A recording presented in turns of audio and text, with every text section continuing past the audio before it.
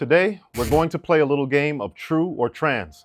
And for most of you, you're going to be surprised at where I'm going with this. One of the things that I love about being unapologetically unorthodox is that I get the privilege of being intellectually consistent when it comes to the Ten Commandments. To be intellectually consistent means the quality of maintaining logical coherence and reliability in one's beliefs, principles, and reasoning over time, ensuring that one's thoughts and actions are aligned and not contradictory.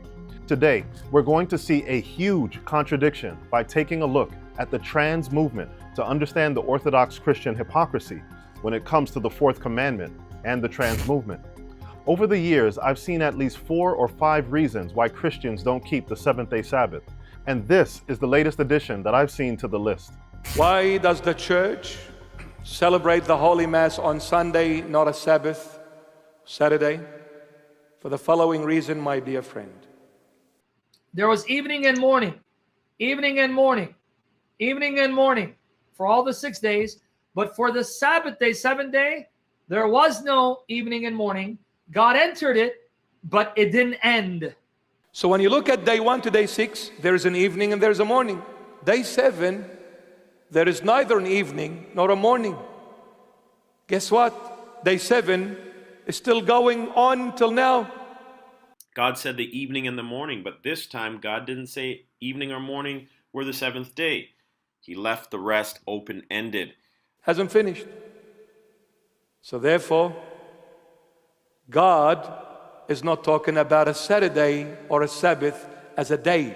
In other words, according to the Bible, when God entered his Sabbath has been ongoing till this day and will continue to be ongoing until the end of the age, where Jesus ushers in a new heaven and new earth. That's right. It's now being taught that the Sabbath that was defined in the Garden of Eden was not really an actual day, but that this seventh day has been going on perpetually since that time. Never mind the fact that languages have some form of the word Sabbath to mean the actual seventh day of the week. Nope. This is not what they're telling us to believe. They want us to believe that there's some sort of mysterious day that's lasted since creation. This is what I would call the opposite of intellectual consistency. The reason for all of this is something that I would like to refer to as the trans movement. Most people don't realize it, but there are actually 2 trans movements going on right now.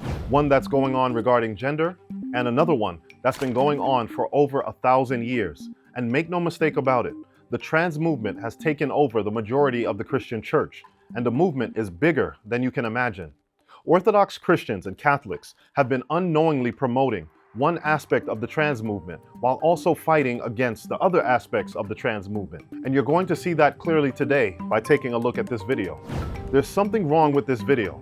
Take a look and tell me what you see. You can see that police have created a barricade here and are trying to stop this from getting violent, also trying to stop the rally from moving forward. You can see the second group here is Toronto Against Fascism. They are blocking the way. The headline says, Evangelical Group Continues Protest. The camera panning back and forth between the 2 sides is so fitting because this video is very confusing. You can tell by these rainbows everywhere that this is obviously some kind of a protest surrounding, and let me get this right, the LGBTQIA2S+ related issues. And yet, there are clearly Christians on both sides. See? You can tell that these women are priests or pastors because of the collars that they're wearing. Christians on both sides of this issue, and I dare say that one side is being hypocritical and the other is not. Most Christians live by the mantra that you can't redefine what God has defined. From the perspective of most Christians, the things that can't be changed are marriage, sexuality, and gender. And the reasoning behind this is because the first book of the Bible, named Genesis, says that God created and defined those 3 things. Marriage, because it says that a man should leave his father and cleave to his wife. In other words, get out of your parents' basement and make your own home. Sexuality, because it says that humans were supposed to be fruitful and multiply, and that a man and a woman would become one flesh. This is Bible language that means a husband and a wife were supposed to be physically intimate and have kids. And finally, gender, because it says that male and female were created, or in today's language, we would say binary genders. I hope you got all that. The Bible states that God has defined marriage, sexuality, and gender. Now here's where the hypocrisy comes in, because there's one more thing that God defined in the book of Genesis that Christians redefined a long time ago. And that thing is, drumroll please, the Sabbath. And if you don't know what the Sabbath is, the book of Genesis puts it this way: then God blessed the seventh day and sanctified it. Essentially, this is the day that God defined as the Sabbath, a day on which we're supposed to rest and keep holy. And again, God defined the Sabbath as the seventh day of the week.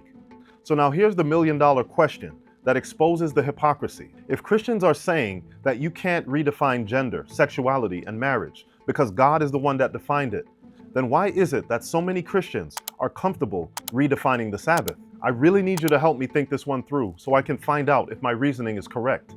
So please help me out. If a Christian believes that to be transgender is against what God has created, meaning that a man cannot change into a woman or a woman cannot change into a man, why do so many Christians believe that the true Sabbath can be changed from Saturday to Sunday? A little something that I like to call the Trans-Sabbath. You see what I did there? The people involved in these protests are fighting against what is being promoted today, which is that gender is fluid and can change depending on the individual's view of themselves. However, long before we ever heard of the terms gay marriage or transgender, Christians were actually the ones that were leading out in the trans movement, transforming what God defined and changing the definition of the Sabbath. As a matter of fact, here's a popular Christian teaching that the definition of the Sabbath is fluid and you can make it whatever you want it to be. The idea is the Sabbath was made for man, not man for the Sabbath. It was made as a day of rest, relaxation, and focusing attention on the Lord. So whether it's Friday, Saturday, Friday is for Muslims, Saturday for Jews, Sunday for Christians. Take your day. Take your day, okay. Basically, he's saying you can pick your day, Saturday or Sunday, man or woman, tomato, tomato. It's whatever you think it should be. Gender fluidity, Sabbath fluidity, it's all the same principle. Everyone is teaching that we can redefine what God has defined and that we can pick the commandments that we want to change or keep. But this is not what the Bible teaches. It teaches in the book of James that if one commandment is broken, then we're guilty of all. God wants us to understand that the commandments are not given to us for us to pick and choose, no matter what side we're on. I told you that I believed that one of these groups was being hypocritical. And here's how I see it. From the Christian's perspective, homosexuality and gay marriage are a violation of the seventh commandment.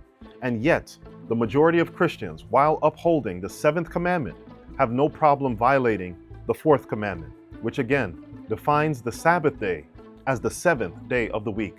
It should be obvious that from a true biblical perspective, you can't redefine marriage, sexuality, gender, or the Sabbath.